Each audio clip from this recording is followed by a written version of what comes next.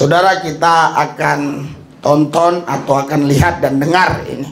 Konsep yang Tuhan seperti ini akan bermasalah terus.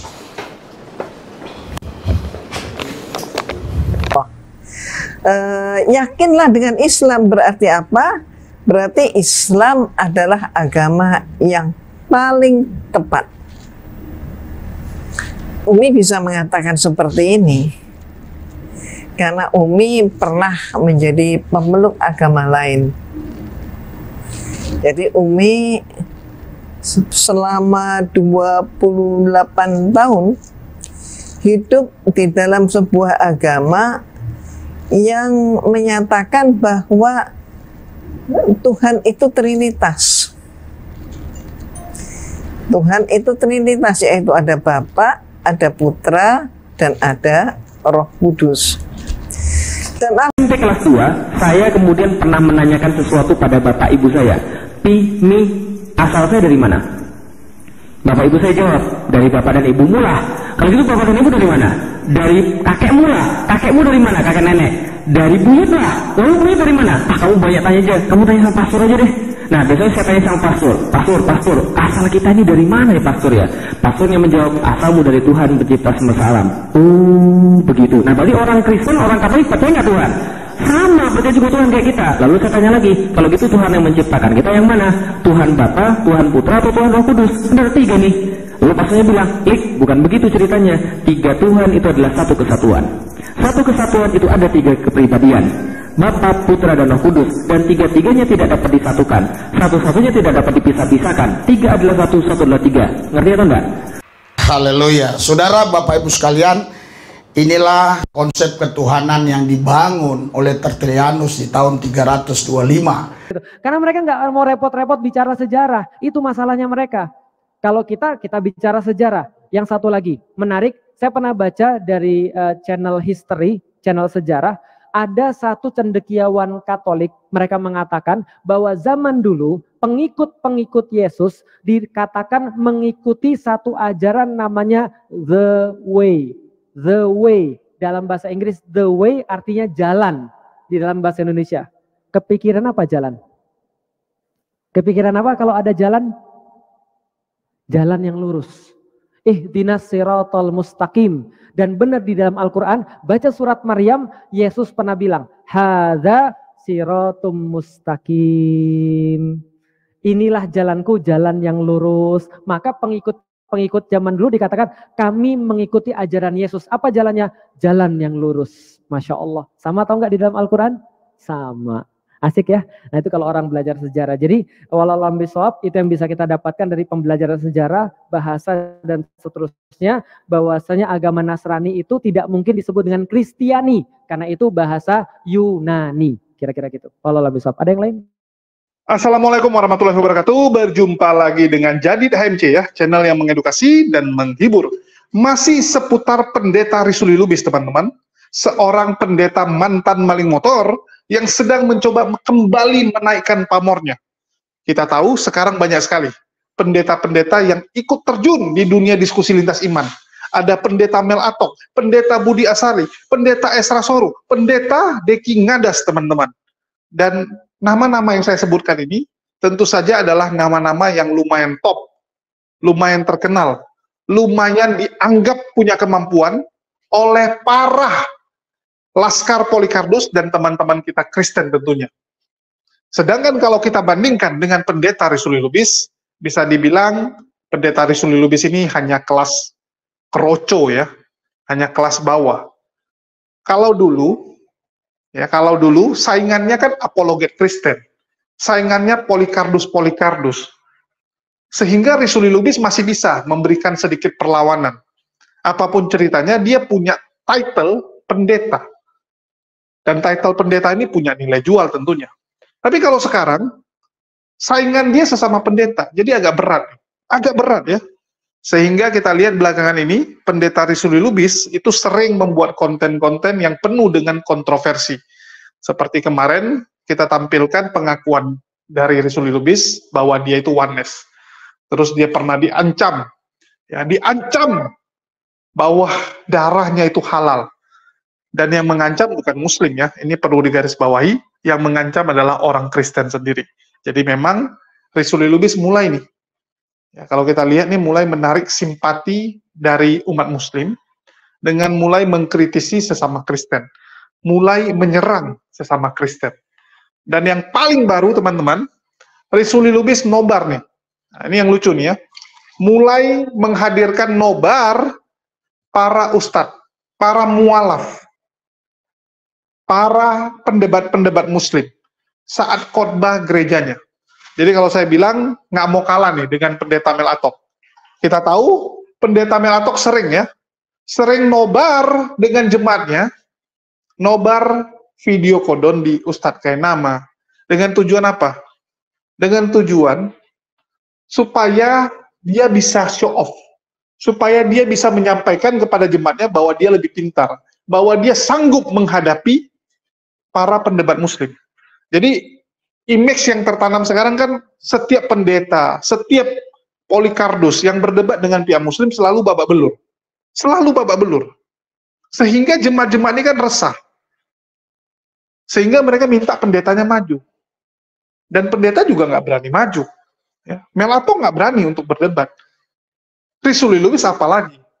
Nggak akan berani Raisuli Lubis. Jadi supaya kelihatan tetap pintar, kelihatan aja ya, maka dia coba jawab. Dia nanti akan ngomong sama jemaatnya, kalau saya yang ditanya, saya jawab begini, ini yang wakili Kristen ini nggak ngerti. Ini pendebat Kristen, nampaknya nipu-nipu nih. Ini Muslim yang menyamar nih, nggak mungkin gitu kan. Ataupun nanti dia lecehkan, dia katakan, ini pendeta yang debat sama Zuma, sayang sekali, kalau saya yang ada di sana, saya sikat itu Zuma. Jadi kan nanti penontonnya pasti, wah hebat ya, hebat. Harusnya pendeta Raisuli Lubis yang maju kan gitu. Nah, sama seperti orang yang jago bacot. Itu kemarin timnas Indonesia, kalau saya yang jadi penyerang, wah udah gol itu. Sayang ya, bukan saya. Kalau saya itu udah gol tuh pasti. Cuman untuk gaya-gayaan boleh lah. Jadi dia meniru pendeta Mel Atok yang sering menampilkan para pendebat-pendebat Muslim. Ini cukup lucu ya. Bukannya di gereja itu bahasnya khotbah, bahasnya firman Tuhan, bahasnya motivasi seperti Mario Teguh. Ini kok sekarang di gereja yang dibahas pendebat-pendebat Muslim. Udah itu dimarah-marah lagi gitu kan. Bang Zuma aja dimarahi, Ustadz Kainamanya dimarahi. Tapi nggak apa-apa.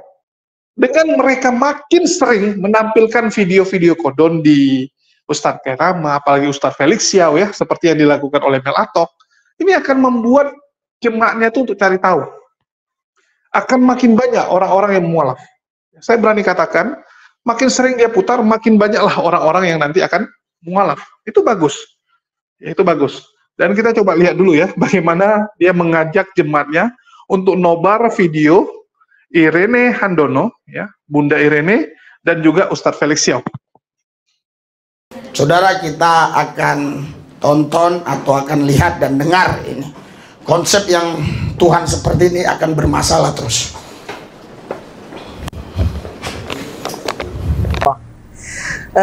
Yakinlah dengan Islam berarti apa? Berarti Islam adalah agama yang paling tepat. Umi bisa mengatakan seperti ini karena Umi pernah menjadi pemeluk agama lain. Jadi Umi selama 28 tahun hidup di dalam sebuah agama yang menyatakan bahwa Tuhan itu Trinitas. Tuhan itu Trinitas, yaitu ada Bapa, ada Putra, dan ada Roh Kudus. Dan sampai kelas 2, saya kemudian pernah menanyakan sesuatu pada bapak ibu saya. Asal saya dari mana? Bapak ibu saya jawab, dari bapak dan ibu mulah. Kalau gitu bapak dan ibu dari mana? Dari kakek mulah. Kakekmu dari mana? Kakek nenek. Dari buyut lah. Lalu buyut dari mana? Kamu banyak tanya aja. Kamu tanya sama pastor aja deh. Nah, biasanya saya tanya sama pastor, asal kita ini dari mana ya pastor ya? Pastornya menjawab, asalmu dari Tuhan pencipta semesta alam. Oh, begitu. Nah, berarti orang Kristen, orang Katolik percaya nggak Tuhan? Sama, percaya juga Tuhan kayak kita. Lalu saya tanya lagi, kalau gitu Tuhan yang menciptakan kita yang mana? Tuhan Bapa, Tuhan Putra, atau Tuhan Roh Kudus? Ada 3 nih. Lalu pastornya bilang, klik, bukan begitu ceritanya. 3 Tuhan itu adalah satu kesatuan. Satu kesatuan itu ada 3 kepribadian. Bapa, Putra, dan Roh Kudus. Dan 3-3-nya tidak dapat disatukan. Satu-satunya tidak dapat dipisah-pisahkan. 3 adalah satu, satu adalah 3. Ngerti atau enggak? Haleluya. Saudara, Bapak Ibu sekalian, inilah konsep ketuhanan yang dibangun oleh Tertullianus di tahun 325. Dan konsep ini dibangun mengorbankan banyak jiwa, saudara. Karena tidak semua orang setuju dengan konsep itu. Tetapi karena Tertullianus di backup oleh penguasa pada zaman itu, sehingga kekuasaan pemerintahan ikut campur tangan. Sehingga yang dimenangkan adalah konsep yang kita kenal dengan Tritunggal. Dan juga dikembangkan istilahnya Trinitas, itu dalam bahasa Latinnya. Terus dikembangkan lagi 3 in 1, ya, dalam bahasa Inggris. Dikembangkan lagi 3113, itu bahasa Indonesia. Dikembangkan lagi bahasa Batak, tulu sada, sada tulu. Haleluya. Dikembangkan lagi siji telu, telu siji. Itu dalam bahasa Jawa. Saudara, saya kasihan ngelihat 2 orang ini. Satu namanya Ustazah Irene Handono, satu Felix Xiao. Sayang saya, kenapa mereka bisa murtad? Mereka bisa tinggalkan Yesus karena tidak memahami konsep Tritunggal atau Trinitas ini. Apakah konsep Tritunggal Trinitas ini diilhamkan Roh Kudus? Apa hasil rapat konsili Nicea di tahun 325? Ini yang perlu Anda cek di Google. Google akan menceritakan nanti. Saudara, sebuah kebenaran itu bukan hasil persepakatan. Sebuah kebenaran itu hasil pewahyuan. Jadi makanya banyak orang-orang, saudara, yang mengatakan, saya ini murid Joshua Teu, padahal saya tidak pernah ketemu, baru kali itu saya ketemu. Saya tidak pernah ketemu dengan yang lain-lainnya. Iya, bahkan Gilbert pun sudah sempat menyatakan seperti yang saya nyatakan, tapi ketika dipanggil sinode, dia agak sedikit berkelit lagi. Kita nggak perlu takut dengan sebuah kebenaran. Kebenaran itu yang memerdekakan kita. Berikan sorak-sorai buat Tuhan Yesus Kristus, Allah yang hebat, dahsyat, luar biasa. Haleluya. Haleluya. Saudara, awal mulanya kurang lebih 7 tahun yang lalu, ini sudah saya dapatkan tentang Tuhan Allah yang Esa di dalam Yesus Kristus itu. Namun kita dulu belum punya YouTube, jadi itu tidak problem, tidak masalah ketika saya khotbah. Tapi ketika dimasukkan ke YouTube, memang ada masalah. Tambah lagi, mulai banyak lagi orang yang percaya kepada Tuhan Allah yang Esa. Sehingga makin besarlah persoalan masalah ini. Bahkan saudara Bapak Ibu sekalian, kalau Anda mendengar bagaimana ya kesaksian Pak Joshua Teu dan beberapa rekan-rekannya di sana, di komen-komen itu sampai dikatakan darah mereka itu dihalalkan oleh orang-orang yang meyakini Trinitas Tritunggal ini.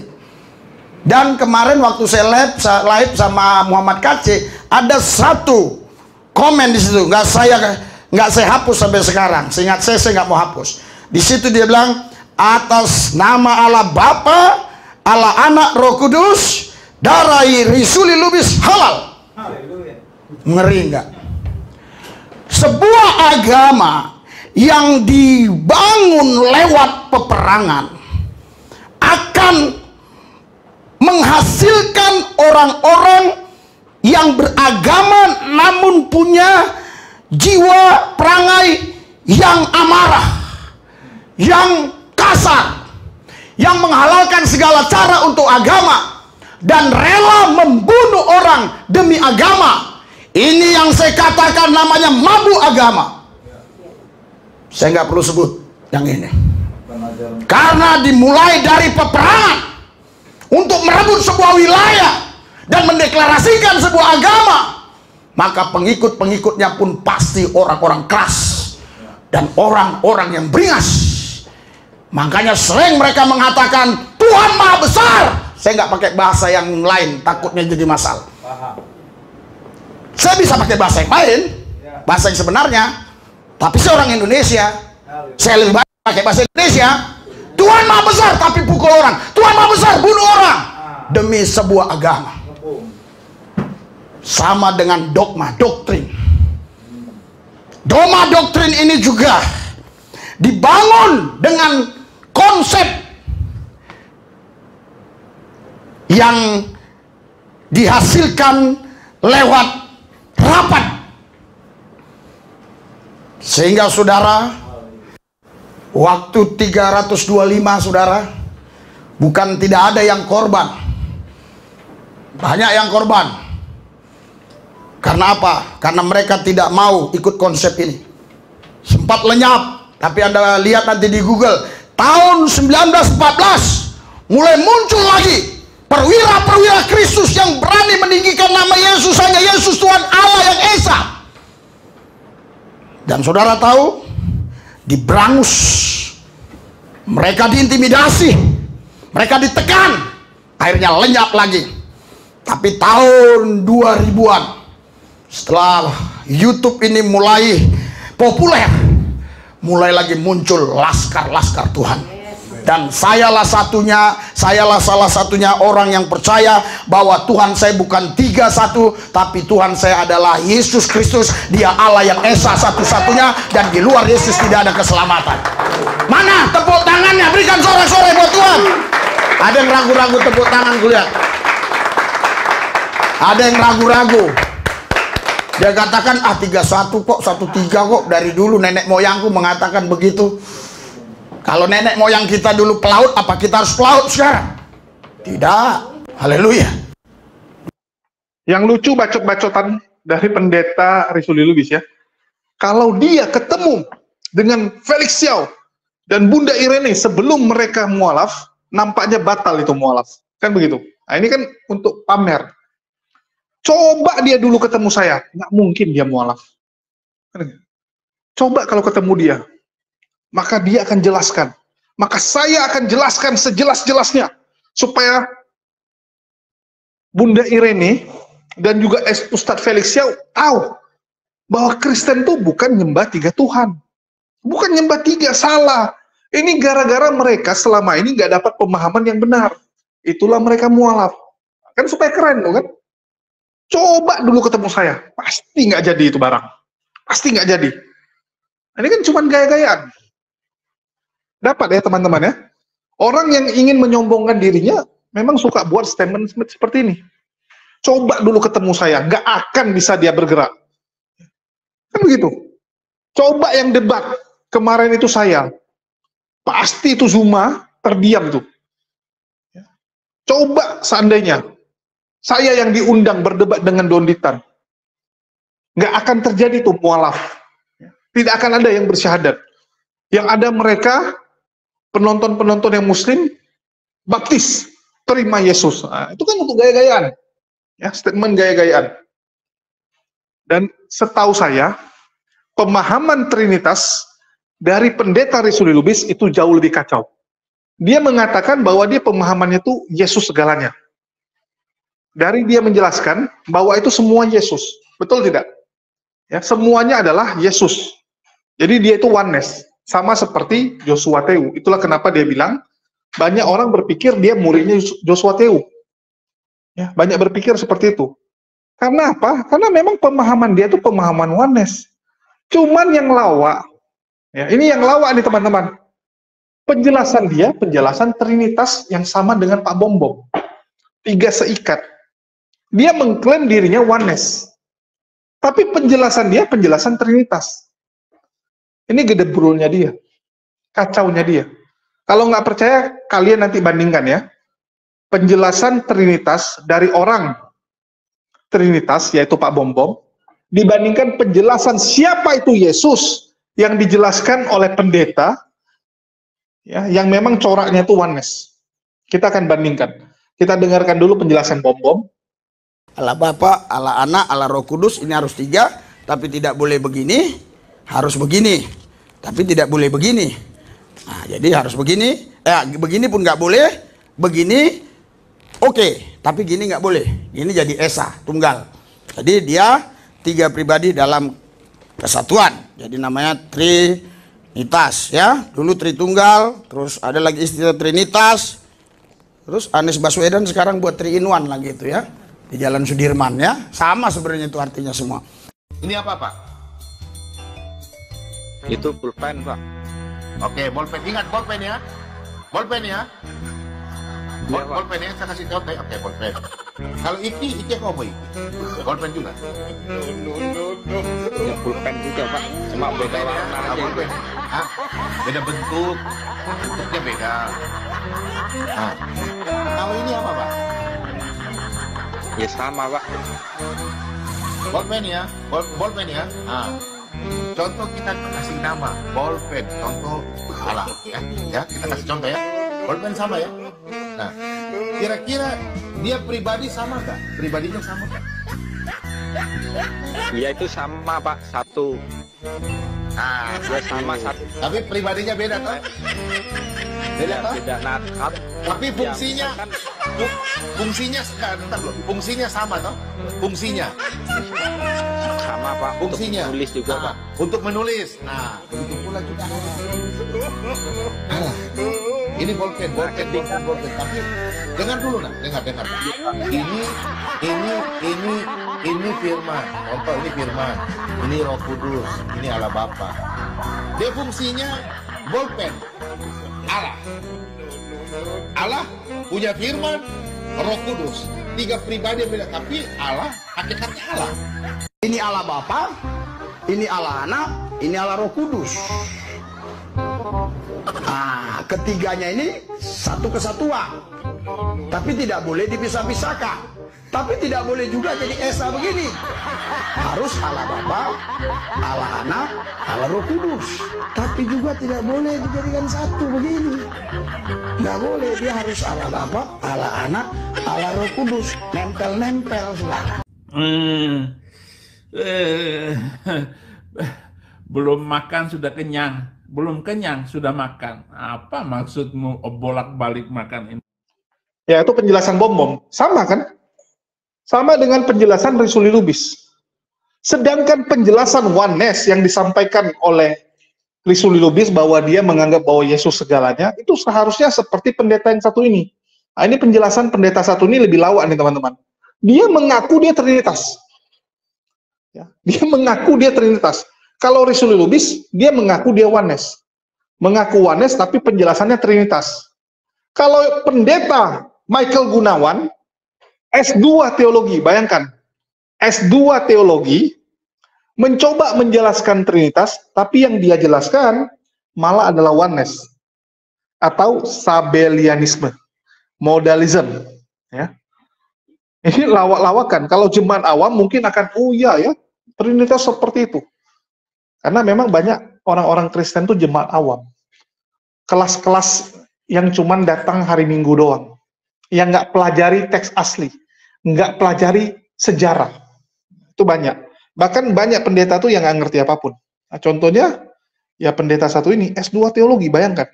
Tapi penjelasan Trinitasnya malah bidat.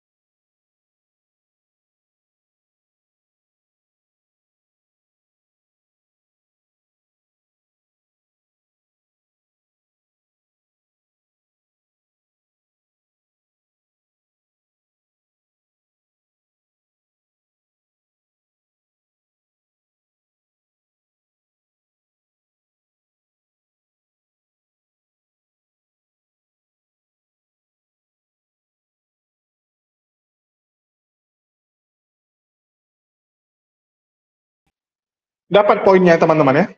Nah, itu baru yang seharusnya disampaikan sama Risuli Lubis. Ketukar mereka teman-teman. Ketukar. Si Michael Gunawan itu harusnya dia Trinitas, tapi dia jelasin oneness. Sedangkan Risuli Lubis, dia oneness, tapi jelaskan Trinitas. Ini mana-mana mereka nih, kok bisa ketukar ya. Dan yang lebih lawak Michael Gunawan ini. S2 teologi. Kalau Risuli Lubis oke lah, nggak sekolah. Nggak sekolah di STT, jadi pemahaman dia cuma asal-asalan. Michael Gunawan klaim S2 teologi, tapi penjelasan dia gedebrul. Ini bidat ini kalau ketemu orang reform habis nih, disikat nih sama orang reform. Kalau ketemu orang reform ini pasti akan disikat habis-habisan nih. Karena memang penjelasannya kacau. Ya, penjelasannya kacau. Oke, terus kita bisa lihat bagaimana dia memutarkan video dari Bunda Irene dan Ko Felix Xiao. Ya, terus dia kata-katai. Dan supaya fair, saya akan tampilkan pernyataan ya dari Ustadz Felix Xiao mengenai sebenarnya apa sih perbedaan ajaran Kristen dan Islam, dan apa juga persamaannya gitu, apa benang merahnya, dan di mana mulai terpisah, kan begitu. Kalau kita bilang kan ini dua-dua agama ini sama-sama agama Ibrahimik, agama yang berasal dari Nabi Ibrahim alaihissalam. Tapi kok bisa beda gitu? Ya, kalau kita lihat cerita-cerita sejarahnya banyak yang sama, nabinya sama. Tapi kok bisa beda? Nah, ini yang seru kan gitu. Nah, jadi kita dengarkan dari Ustadz Felix Xiao lah, supaya cerdas kita setelah mendengarkan statement bodoh dari Pendeta Risuli Lubis dan Pendeta Michael Gunawan ini ya. Beda dan yang sama di dalam Al-Quran dan Alkitab. Jadi gini Bapak Ibu sekalian. Alkitab itu termasuk bagian yang harus kita imani.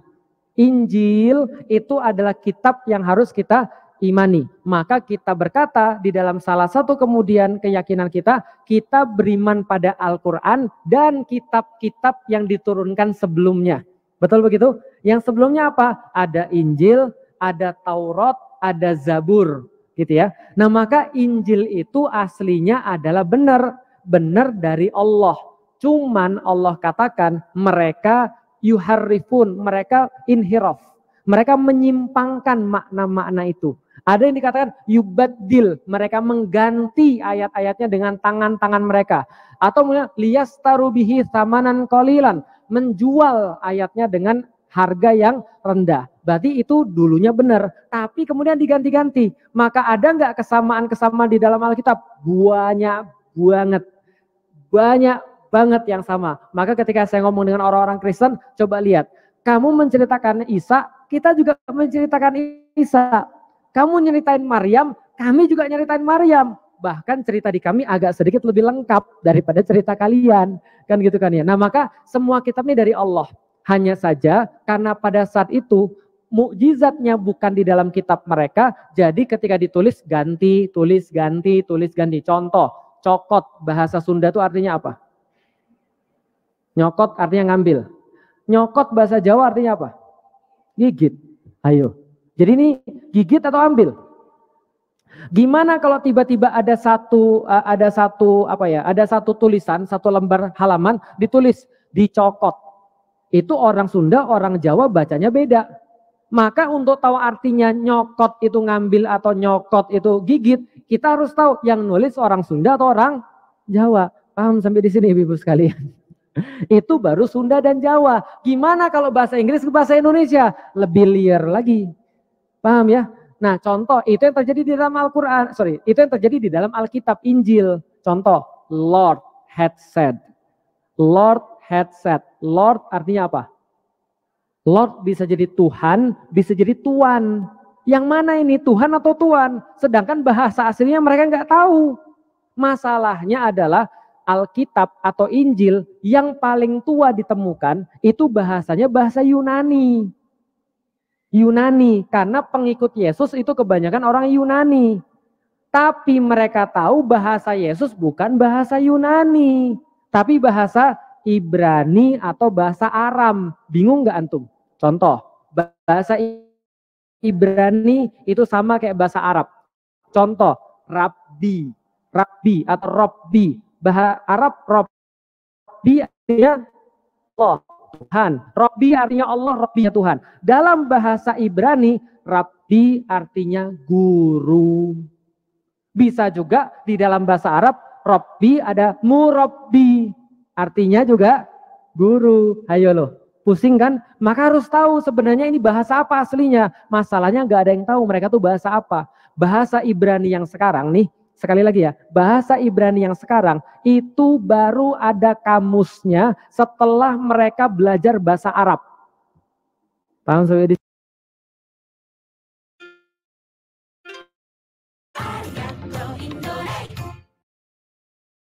Cipta dan Herbal berbagi berkah Ramadan. Beli kemasannya dan kirim kode uniknya. Ramadan penuh berkah, limpah hadiah. Beli Cipta dan Herbal hari ini. Paham sampai di sini? Bahasa mereka hilang. Mereka nggak tahu bahasa aslinya apa. Maka wajar terjadi banyak penyimpangan di dalam kitab mereka. Paham sampai di sini, Ibu sekalian? Jadi ada nggak yang berbeda? Ada banyak contoh yang berbeda. Yang berbeda adalah ketika selain daripada permasalahan-permasalahan akidah, permasalahan-permasalahan fikih itu berbeda. Cara mereka menjelaskan tentang Yesus itu juga berbeda. Cara mereka menjelaskan bahwasanya setelah Yesus ada nabi lagi yang lain itu juga berbeda. Di dalam Idul Kurban misalnya, bagi mereka yang disembelih adalah Ishak. Bagi kita yang disembelih adalah Ismail. Itu adalah bedanya lagi. Banyak yang beda, tapi lebih banyak yang sama. Contoh misalnya, tahu permandian? Orang-orang sebelum masuk agama Katolik harus dimandikan. Permandian, baptis. Di dalam Islam ada nggak baptis? Kurang lebih ada. Kurang lebih. Apa? Bukan. Mandi. Mandi besar itu bisa disamakan dengan baptis sebenarnya. Jadi sama kan? Intinya kan sebelum ibadah harus suci. Benar nggak? Nah jadi kalau zaman dulu mereka mau masuk agama Nasrani, mereka harus dimandikan. Dimandikannya di mana? Di dalam Alkitab ditulisnya dimandikan di sungai Yordan. Yesus sendiri mandi di sungai Yordan. Dimandikan sama siapa? Yohanes. Dalam kitab kita namanya Yahya. Tahu kan ya? Maryam itu ibunya Isa. Maryam itu ponakannya Zakaria. Zakaria punya anak namanya Yahya. Berarti Yahya siapa? Omnya. Nah, omnya Isa. Nah berarti omnya ini yang memandikan dia. Baptis bahasanya mereka. Padahal memandikan di sungai Yordan. Nah itu kayak mandi wajib. Makanya Rasulullah ketika ditanya bagaimana mengislamkan seseorang. Mandi dulu, mandi wajib. Badannya hilang hadas besar, hadas kecilnya hilang semua. Maka setelah mandi baru ucapkan 2 kalimat syahadat. Baru sholat 2 rakaat.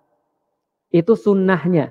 Walaupun kalau misalnya, gimana nih Ustaz, saya nggak bawa anduk, tapi saya mau masuk Islam sekarang Ustaz. Ya udah nggak usah mandi, langsung syahadat aja, gitu kan ya. Paham sampai di sini? Maka kalau ada mu'alaf biasanya yang perempuan, saya bilang bawa anduk ya, dan bawa kerudung, bawa baju ganti. Nanti di masjid mandi dulu, lalu setelah mandi syahadat, baru sholat 2 rakaat. Itu sunnahnya. Nah itu kan sama kan? Sama. Gitu kan ya, sama-sama harus suci sebelum beribadah dan seterusnya. Itu adalah kesamaan dan ada kekurangan. Bagaimana pandangan mereka tentang pluralisme? Katolik juga menolak pluralisme. Mereka nggak meyakini. Yang bikin pluralisme siapa? Orang liberal. Orang Katolik juga nggak mau agamanya disama-samain. Mereka juga bilang agama kami beda. Karena ibu saya pernah bilang, Lik, ngapain kamu di dalam agama Islam? Udah, yang penting kan Tuhan kita tuh sama. Yang penting kan agama sama-sama ngajarin baik. Ngapain kamu Islam? Saya bilang, sepakat Mi, semua agama sama. Kalau gitu Mami masuk Islam aja. Paham nggak maksudnya? Kalau semua agama sama, Mami nggak keberatan dong masuk Islam. Ternyata Mami saya keberatan? Keberatan. Berarti nggak sama. Paham ya? Nah berarti agama nggak sama. Mereka juga nggak ngakui semua agama sama. Yang bikin begitu bukan orang beragama, ya, tapi orang yang nggak beragama. Nggak beragama tapi ngatur-ngatur orang beragama. Bagus ya. Oke. Apakah Kristen sendiri dinamakan Nasrani? Jadi gini ceritanya. Sejarahnya Yesus itu lahir di kota Nazaret. Nazaret. Namanya kota apa? Nazaret. Maka zaman dulu orang-orang itu dinamakan berdasarkan tempat lahirnya atau asal kotanya. Contoh, Imam Bukhari. Berarti asalnya dari mana? Bukhara. Jelas sampai di sini? Semua imam-imam itu banyak kan dari namanya. Apalagi misalnya Asingkiti, itu dari Mauritania. gitu kan ya. Misalnya ada Al-Falimbani, Palembang, Al-Fadani, Padang, gitu kan ya, dan seterusnya dan seterusnya dan seterusnya. Itu Asyirbuni, Cirebon. Jelas ya? Itu dinamakan dari asal tempatnya supaya mudah. Felix mana? Oh, kalau Felix enggak, Felix kan dikit orang namanya ya. Agus mana? Itu Agus Cilebut. Nah, misalnya kayak gitu. Agus mana? Itu Agus Darmaga, gitu kan ya. Nama misalnya Anissa, banyak kan nama Anissa. Anissa mana? Itu Anissa mana lagi? Luwiliang, misalnya kayak gitulah kira-kira. Maka itu penyebutan Yesus orang Nazaret. Berarti disebut pengikut Yesus dinamakan pengikut orang Nazaret. Namanya Nasrani. Itu pendapat ulama yang pertama. Pendapat ulama yang kedua, Nasrani dikatakan dari bahasa Arab Ansor, yaitu adalah penolong. Maka di dalam surat As-Saff juga disampaikan, siapa yang menolong agama Allah? Man ansori ilallah qalal hawariyuna nahnu ansarullah. Berkata orang-orang Hawariyun, kami penolong-penolong Allah. Maka mereka disebutkan Nasrani. Itu pendapat yang kedua. Manapun pendapatnya sama. Pertanyaannya, pengikut Yesus pada zaman dulu menamakan dirinya apa? Apakah mereka menamakan dirinya Kristus? Kristiani? Jelas tidak. Kenapa jelas tidak? Karena Kristen atau Kristiani asal bahasanya dari bahasa Yunani. Kristos artinya adalah orang yang diurapi. Terlalu cepat ya ngomongnya. Oke, saya perlambat sebentar. Sekaligus saya tunjukin satu gambar sebentar ya. Ini gambar bagus, kalau nggak kelihatan nasib ya. Ya, oke. Lihat nih gambarnya nih. Apa bacanya ini? PX. Enggak, ini bukan gambar PX, ini gambar XP. XP bukan PX.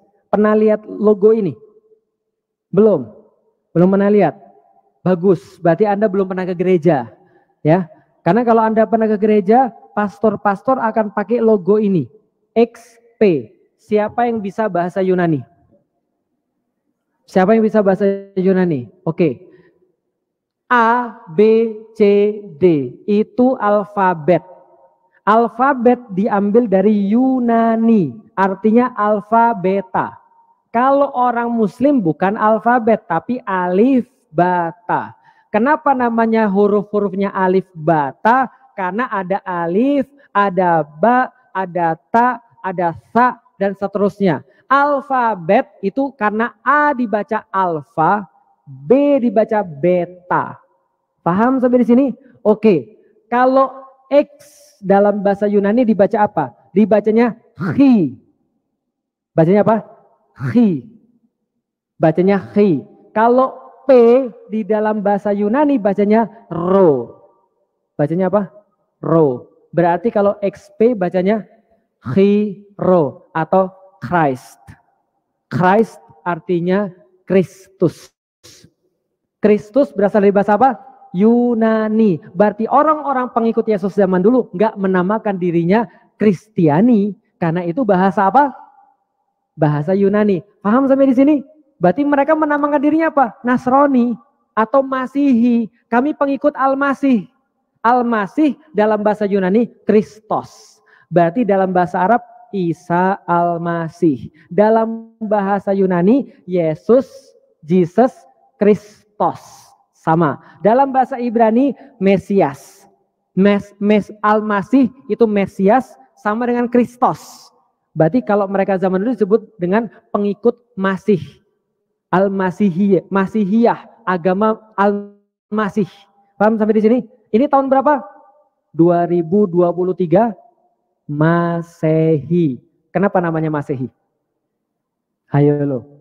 Sudah hidup Anda 40 tahun. Setiap tahun nyebut nama Masehi, Anda belum tahu dari mana? Dari nama Yesus itu.